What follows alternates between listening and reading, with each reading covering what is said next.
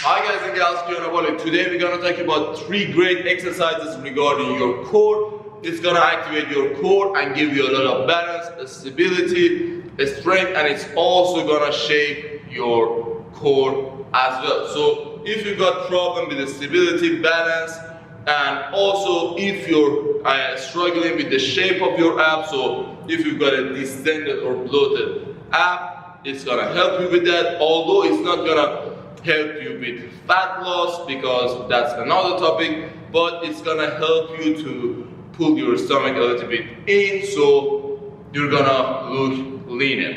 But anyway, there are gonna be 3 exercises.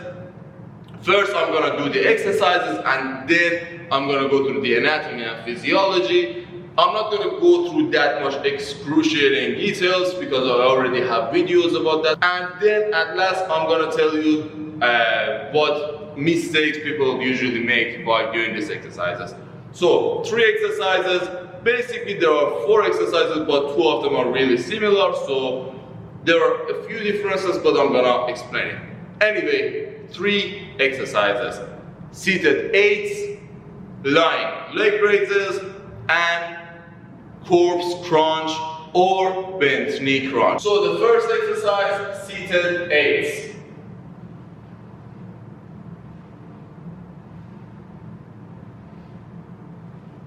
The second exercise, lying leg raises.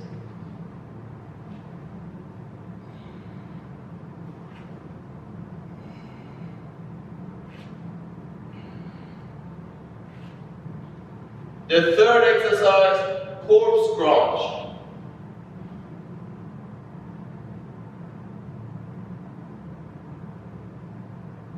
You can also do bent knee crunch.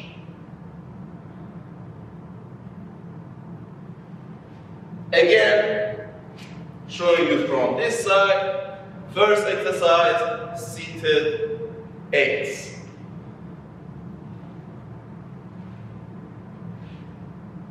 Second exercise, lying leg raises.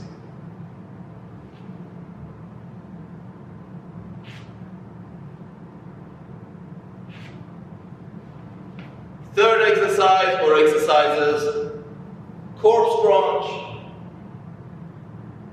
or bent knee crunch. So, the other video that I put the link up there was mostly about the exercises that help in rotation of the spine or lateral flexion. The first exercise we did, the seated 8s, is gonna be involving those muscles. So the muscles that are gonna be involved are gonna be your lats, your QL, your obliques, and external and internal obliques, and a little bit your rectus abdominis as well. So make sure you do not move your leg too much while you're doing this exercise. It's not about raising and bringing your leg down, it's about rotation of your hip. So the biggest mistake that I see people make while doing the seated 8 is they do this. They raise the leg, bring it down, raise it down. What you're doing is you're using your hip flexors. So most of the muscles that are in your core are not even getting activated. Maybe just slightly, but it's not the best way you should do this exercise. So try to keep the legs straight or just bend the knees slightly and hold that position. So do not flex or extend from the knee anymore. So either hold it straight or bend slightly and hold it. So do not change the degree of the knee and bring the leg up a little bit. And when you want to go to one side, make sure the hip comes off the ground. So you're rotating from the hip. While the chest is forward, you're rotating from the hip, and each time you bring the leg a little bit up, you're using the muscles in this area. Again, if you watch that video, you understand what I'm talking about. So Each time you move, the toes go to one direction. So the toes are not always up. The toes go to a direction. So they go like this. And you draw an A. It shouldn't be that much big. Put your arms to the side for stability, but make sure you do not push too much to bring yourself up. The higher you bring your torso, the less you can have your core activated, because the range of motion is going to be a little bit limited because of flexibility issues, and also it's the protective mechanism of the spine. Again, we talked about in other videos. So do not go too much back as well. So if you bring the torso too much to the ground, it's just gonna be really hard on the hip flexors. The next exercise is gonna be leg raises. I already have a video about leg raises. I perform it on a dip machine. I also perform it on a decline bench.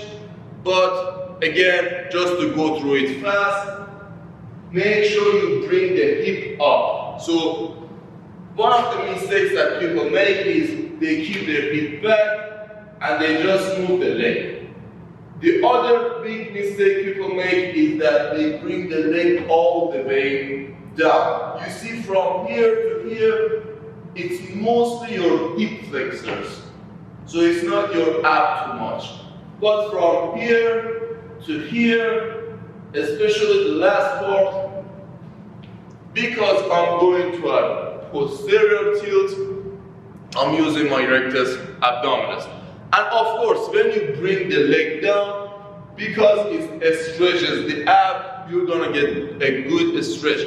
But you've got to consider that if you want to stretch the ab and go all the way down and start from here, you should really be slow. So either bend the knee, come here, up, go down, stretch, again bend the knee, up, go down, stretch.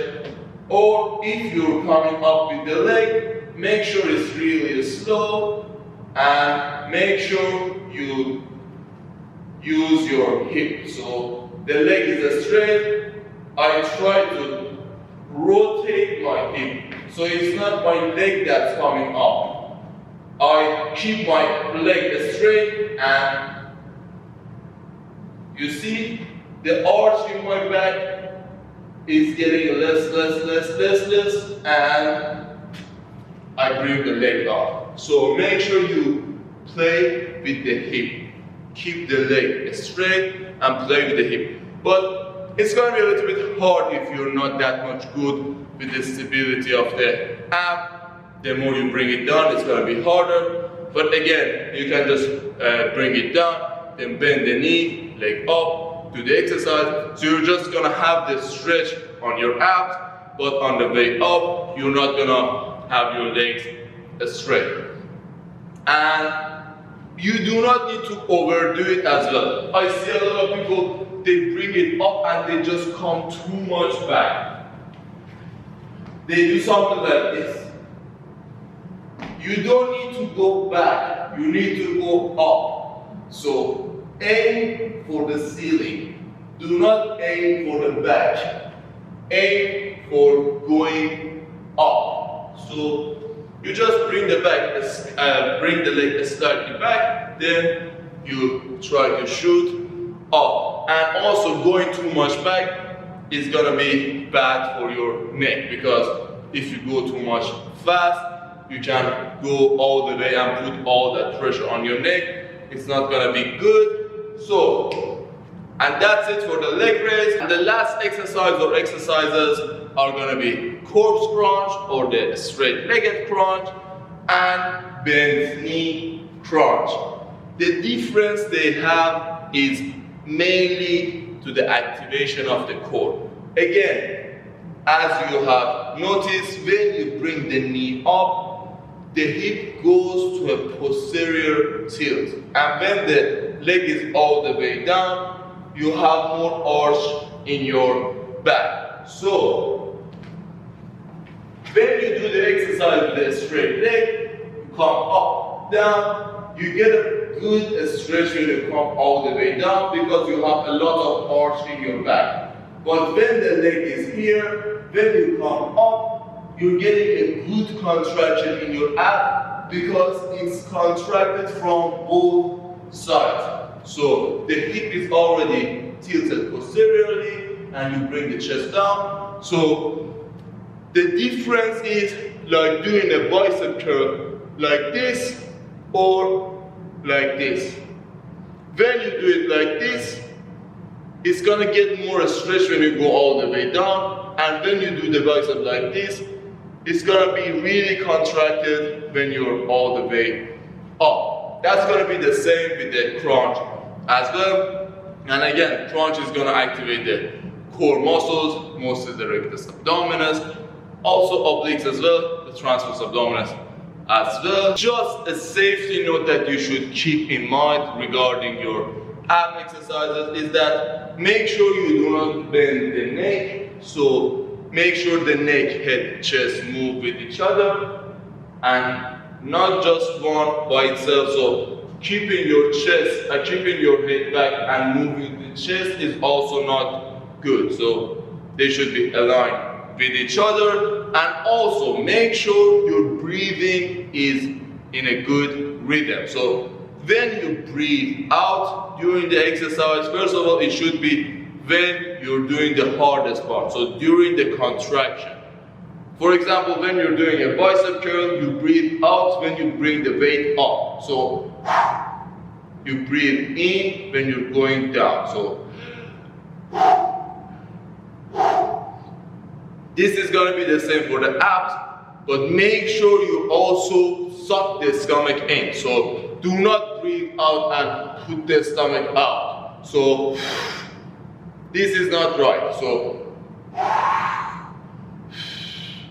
suck the stomach in. It's going to activate the transversus abdominis muscle, and that's going to help you bring that distended gut back, and it's going to help you with that bloated shape in front of yourself as well. It's also going to help you to align your spine as well. So when you're bloated all the time, you tend to go to this anterior tilt. But when you activate the transversus abdominis, you're not going to exaggerate it. You're just going to go to the normal posture